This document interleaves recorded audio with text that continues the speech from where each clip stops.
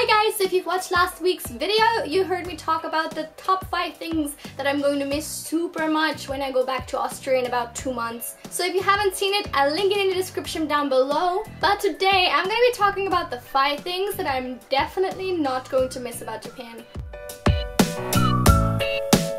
Number 1 is the nutritional information on food packaging. Now, yes, that sounds really strange, like what the fuck does that even mean?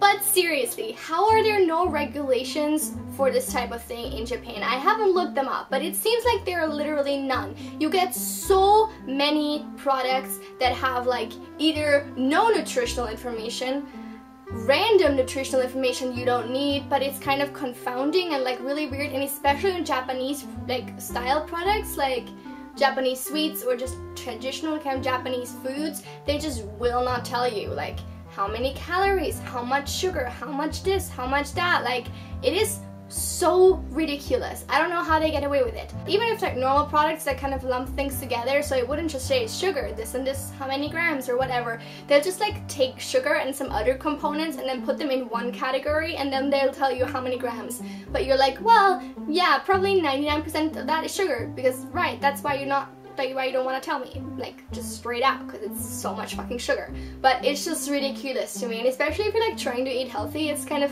what the fuck, like, just tell me what is in this. Aren't you supposed to have to do that? I don't know. I think that is absolutely the strangest thing ever. Number 2, kind of in keeping with food, is a surprise random things that you sometimes find in your food that you were not expecting.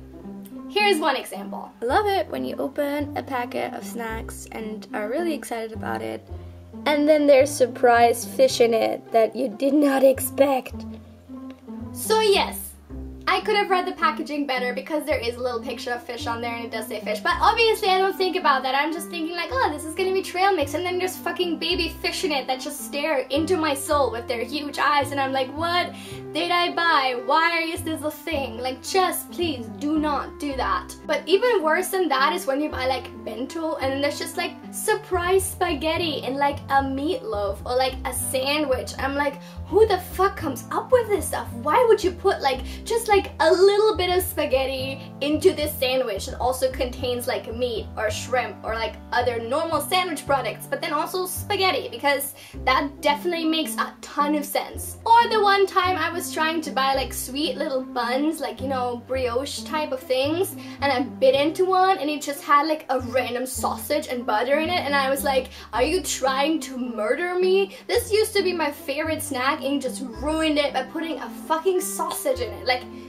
seriously guys, this is just one thing that just bothers me. Like, don't put surprise random food products in normal foods. That is just the fucking worst. So here's a public service announcement. Make sure to check your food for surprise baby fish spaghetti or sausage, because that definitely happens way too much. Number 3.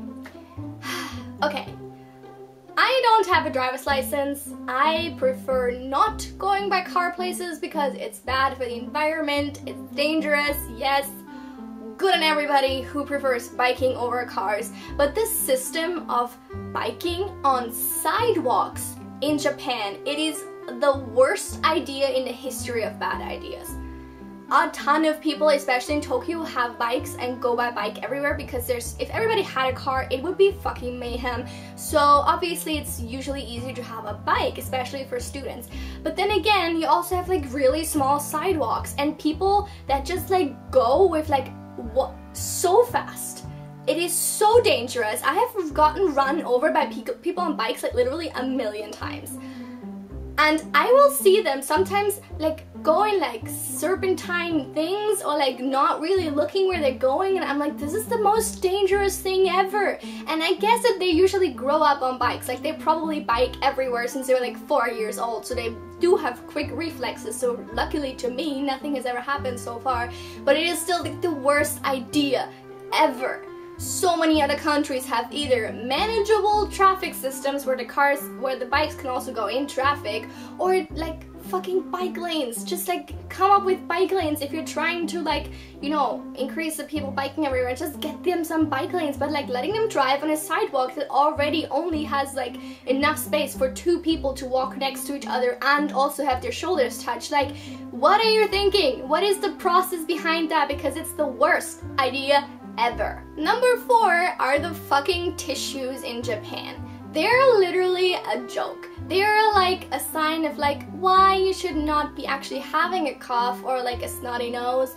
Like, just stop doing it altogether because their tissues are so shitty that they might as well not exist. Like, one thing that's good about tissues is you get them for free everywhere because they just put like random like advertisements in them, so they will give you like little portable packs like this.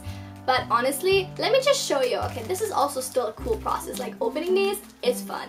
But then this is what a Japanese tissue looks like. Now, I don't know about other countries, but in Austria, this is not a tissue. This is a 1/10 of a tissue in Austria. Like, look how thin it is. You touch it to your nose and you can throw it away, basically. It will just not absorb anything. It is literally a one-way product. Like, yes, tissues are sort of supposed to be one-way product, but at least like be able to like blow in the same go, be able to blow your nose like twice or 3 times, like just to get it clean. I don't know, this is gross and TMI, but whatever. Like, this is just not a tissue. This is a breath of air. This does nothing and it is so fucking frustrating. And then the last thing I'm definitely not going to miss about Japan are the fucking creepy bugs. Oh my god, they're so bad. If you watch my vlog channel, there was one on there, I featured one, you know, give it a shout out, like a good YouTuber that I am. No, just kidding. But honestly, right now it's not that bad because we're not yet entered into the rain season, but that's gonna come soon. It's gonna get so hot and humid and there's just gonna be even more bugs and I'm like, oh my god, please don't, please just kill me. Bugs that I've encountered so far are like these weird like cockroach type things. So like this big and they just randomly like fall from the ceiling, or like I don't even know how they make their way into a room, but they do, and they're really just persistent. I once had one like on my window and I tried to like brush it off with like a broom and it would not move. I was literally hitting it and it was like, doesn't even bother me. Like, what? They are so gross. They don't really do anything, luckily, but they can fly and they're so gross and just horrible. So, no. I do not need those in my life, so I'm definitely looking forward to getting just rid of them, like as far away from them as possible. So anyway, that is it for the 5 things that I'm not going to miss about Japan. I hope you guys enjoyed this video. If you did, please give it a thumbs up and click that subscribe button if you're not subscribed already. I'm gonna see you soon. Have a lovely week. Bye! It's gonna be 15 minutes of me just eating food. Hi guys, so today I'm going to do a little bit of a different video for you. I just went out and spent like 2,000 yen on snacks and I decided to show you the best and the weirdest things that I could find.